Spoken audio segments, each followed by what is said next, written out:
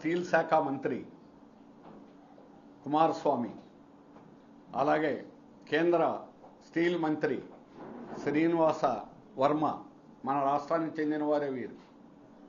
వారు కమిటీని వేశారు ముగ్గురుతో. ఆ కమిటీ ఎంతవరకు నివేదిక ఇవ్వాల అంటే స్టీల్ ప్లాంట్ యాజమాన్యం ఎంత నిర్లక్ష్యంగా ఉన్నది అనే దానికి ఎంతకంటే చెప్పక్కర్లా. గత సంవత్సరం 13 ఫ్యాటల్ యాక్సిడెంట్స్, గత సంవత్సరం 2025లో ఫ్యాటల్ యాక్సిడెంట్స్ 12 సీరియస్ యాక్సిడెంట్స్. ఇందులో మీకు దాని కాపీ కూడా ఇస్తాము. ఎన్ని అడుగులు? 65 మీటర్ల నుంచి. అంటే స్ట్రక్చర్స్ ఎంత బలహీనంగా ఉన్నాయంటే అక్కడ అడుగేస్తే అవి జారిపోతున్నాయి. అట్లా 65 మీటర్ల ఎత్తు నుంచి పడిపోయారు. అట్లాగే ఇది 30 మీటర్ల ఎత్తు నుంచి పడిపోయారు. ఇవన్నీ స్టీల్ ప్లాంట్. 2025 ఆర్టీఐ దేని కింద అధికారులు ఇచ్చినటువంటిది, వారు రిజిస్టర్ చేసిన కేసులు ఇవి. 12 కేసులు మొత్తం. ఈ కేసులన్నింటిలో కూడా వీటి మీద కేసులు బుక్ చేశారు. విచారణ అయిపోయి 22 ఫైన్ కట్టారు. ఇప్పుడు 37 కేసులు ఉన్నాయి పెండింగ్. స్టీల్ ప్లాంట్ మీద 37 కేసులు పెండింగ్లో ఉన్నాయి. ఆ ఫైన్ కట్టేస్తారు. అంటే డబ్బులు కట్టేస్తే ప్రాణాలు ఏమైనా పర్వాలేదు. దీనికి అంతకుముందు జైల్లో పెట్టేవాళ్ళు. ఇప్పుడు 2020లో ఎల్జీ పాలిమర్స్లో దక్షిణ కొరియా నుంచి వచ్చినటువంటి డైరెక్టర్తో సహా 12 మందిని నెల రోజులు సెంట్రల్ జైల్లో ఉన్నారు. మరి ఇప్పుడు ఎందుకు అరెస్ట్ చేయరు?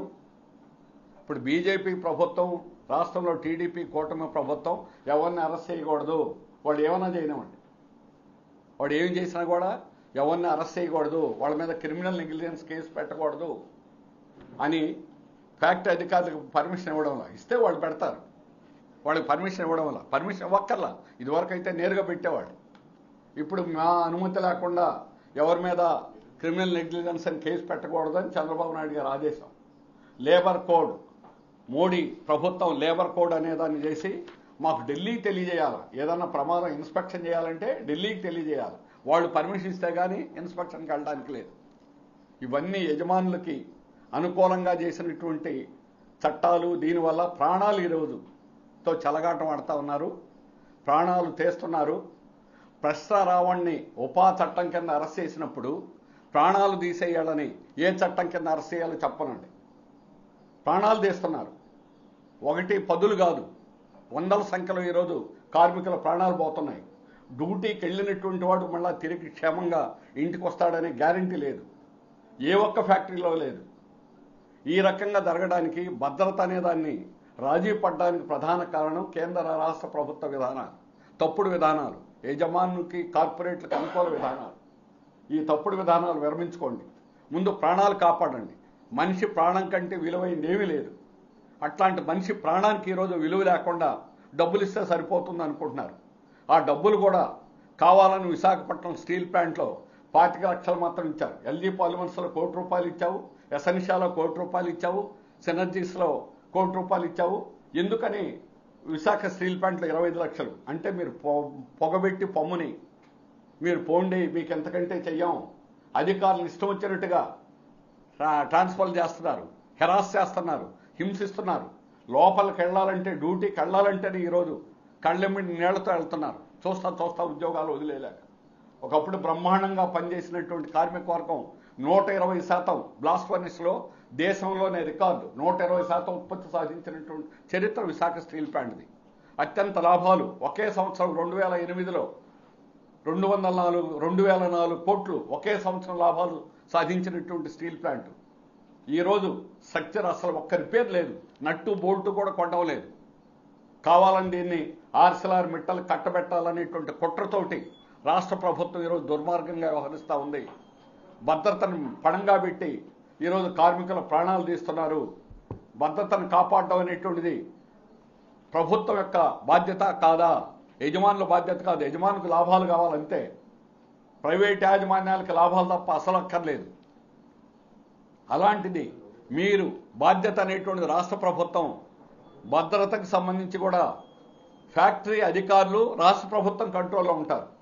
స్టీల్ ప్లాంట్ కేంద్ర ప్రభుత్వం అయినా ఫ్యాక్టరీ అధికారులు రాష్ట్ర ప్రభుత్వం ఆధీనంలో వాళ్ళు చర్యలు తీసుకుంటారు. రాష్ట్ర ప్రభుత్వం ఎందుకు చర్యలు తీసుకోలేదు? రాష్ట్ర ప్రభుత్వం ఎందుకు భద్రతని ఈరోజు నిర్లక్ష్యంగా వ్యవహరిస్తున్నారు? అధికారులు మ్యాన్ పవర్ అనేటువంటిది ఈ స్టీల్ మెల్టింగ్ షాప్ ఎక్కడైతే ప్రమాదం జరిగిందో అక్కడ గతంలో 2000 మంది పనిచేసేవాళ్ళు SMS మనలో. ఈరోజు కేవలం 700 మంది మాత్రమే చేస్తున్నారు. 700 మంది మాత్రమే చేస్తున్నారు. అంత మ్యాన్ పవర్ తగ్గించారు. ఈరోజు సేఫ్టీ ఉంది. ఇదివరకు 56 మంది పనిచేశారు. ఈరోజు కేవలం 18 మంది మాత్రమే చేస్తున్నారు. ఈ ల్యాడెల్ ఎక్కడైతే బ్లాస్ట్ జరిగిందో జూన్ 8వ తేదీన దాని మీద ఒక షీట్ ఉంటుంది. అయితే ఐరన్ షీట్, అది 2 టన్నులు ఉంటుంది. దాని మీద ఆ షీట్ కానీ వేసి ఉంటే ఒక్కరు చనిపోయేవాళ్ళు కాదు. ఎంత నిర్లక్ష్యం అంటే డబ్బులు ఆదా చేయాలనేటువంటి పేరుతోటి ఆ సేఫ్టీ షీట్ని తొలగించారు. అదే కానీ ఉంటే ల్యాడల్ మీద కానీ సేఫ్టీ షీట్ ఉంటే ఆ ప్రమాదం జరిగి ఉండేది కాదు. మనుషులు చనిపోయేవాళ్ళు కాదు ప్రమాదం జరిగిన. కానీ దానికోసం 2 లక్షల కోసం కక్కుర్తిపెట్టి ఈరోజు 10 మంది ప్రాణాలు నిలువునా తీశారు. దుర్మార్గంగా వ్యవహరించారు. ఈ రోజుకి కూడా ప్రమాదాలు ఏదో రూపంలో కొనసాగుతూనే ఉన్నాయి. ప్రమాదాలను పట్టించుకునేటువంటి నాదుడు లేనటువంటి పరిస్థితి అనేటువంటిది ఏర్పడింది. అందువల్ల ఇంత ప్రాణాలతో చెలగాడ్డం అనేటువంటి దుర్మార్గం అనేటువంటిది ఇంకొకటి లేదు. అందుకనే స్టీల్ CMDని అరెస్ట్ చేయాలని చెప్తున్నాం. స్టీల్ యాజమాన్యాన్ని అరెస్ట్ చేయాలని చెప్తున్నాం. భద్రతను కాపాడాలని చెప్తున్నాం. భద్రతను కాపాడేదాకా మేము పోట్లాడతాం, వదిలిపెట్టాం.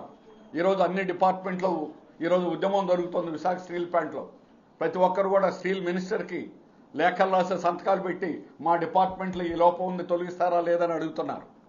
ఆయన ఈరోజు కేంద్రం నుంచి కూడా ఇంతవరకు సమాధానం లేదు. ఆయన వేసిన కమిటీకే గతి లేకుండా పోయింది. 3 రోజుల్లో రిపోర్ట్ ఇస్తున్నారు. 30 రోజులు దాటింది. ఈ రోజుకి అతిగతి లేదు. ఇది నిర్లక్ష్యమా కాదని అడుగుతున్నాం. దీనికి సమాధానం చెబుతారా లేదని స్టీల్ మేనేజ్మెంట్ అడుగుతున్నాం. కనీసం ట్రేడ్ యూనియన్లు పిలిచేంత వరకు మాట్లాడాలి. 4 రోజులైనా నీకు 10 నిమిషాలు టైం దొరకదా యూనియన్ లీడర్స్తో మాట్లాడడానికి? ఏ యూనియన్ని ఈరోజు యూనియన్లు కూడా పిలిచి యూనియన్ లేవు కార్మిక సంఘాలతో మాట్లాడడం అనే వైఖరితో ఉన్నారు. ఇది పచ్చి తప్పుడు విధానం. ట్రేడ్ యూనియన్లు పుట్టిన తర్వాత ఈ రకంగా పబ్లిక్ సెక్టార్లో కూడా జరగడం, బీజేపీ ప్రభుత్వం వచ్చిన తర్వాత యూనియన్లని ఖాతరు చేయకుండా ఉండాలనేటువంటి, యూనియన్లని పట్టించుకోకుండా ఉండాలనేటువంటి వైఖరి ఈరోజు బీజేపీ ప్రభుత్వం చేపట్టింది. వాళ్ళకి ఓట్లు వస్తే మెజారిటీ వాళ్ళకి ప్రజాస్వామ్యమా? కార్మికులు ఎన్నుకున్నటువంటి కార్మిక సంఘాలతో మాట్లాడాలని, అలాగే వాళ్ళతో చర్చించాలనేటువంటి ఇంకిత జ్ఞానం లేదా? కార్మిక సంఘాలతో మాట్లాడకపోతే నీకు భద్రత గురించి ఎలా తెలుస్తుంది? నేను ఛాలెంజ్ చెబుతున్నాను. అధికారుల కంటే, CMDల కంటే, డైరెక్టర్ల కంటే కార్మికులకు తెలుసు ఎక్కడ ఏ లోపాలు ఉన్నాయో కార్మికులు చెప్పగలరు. అది వాళ్ళ యూనియన్ ద్వారా, నాయకుల ద్వారా ఈరోజు అన్ని చోట్ల జరిగే పద్ధతి. సేఫ్టీ కమిటీ అనేది స్టాట్యూటరీ కమిటీ, చట్ట ప్రకారం ఉంది. వాటన్నిటిని బైపాస్ చేస్తున్నారు. ఒక్క ప్రమాదం జరగదు. విశాఖ స్టీల్ ప్లాంట్లో 0 ప్రమాదాలు చేయొచ్చు. ఏదైనా ఒక దాన్ని పాస్ అవ్వాలంటే దానికి 3 ఉంటాయి. ఒకటి మిస్ అయితే రెండోది మిస్ అయితే మూడోది. ఆ రకంగా ఏ ఒక్కటి కూడా ప్రమాదాలు జరగకుండా అరికట్టేదానికి ఆ టెక్నాలజీ ఉంది వైజాగ్ స్టీల్ ప్లాంట్లో. మిగిలిన వాటిల్లో లేదు. బిలాయ్, బొకారాలో, టాటాల్లో లేదు అది. ఆ టెక్నాలజీతోటి అవి 50లు 60లు వచ్చిన స్టీల్ ప్లాంట్లు, మన 80-90 మధ్య వచ్చినటువంటి స్టీల్ ప్లాంట్ మన టెక్నాలజీ వేరు.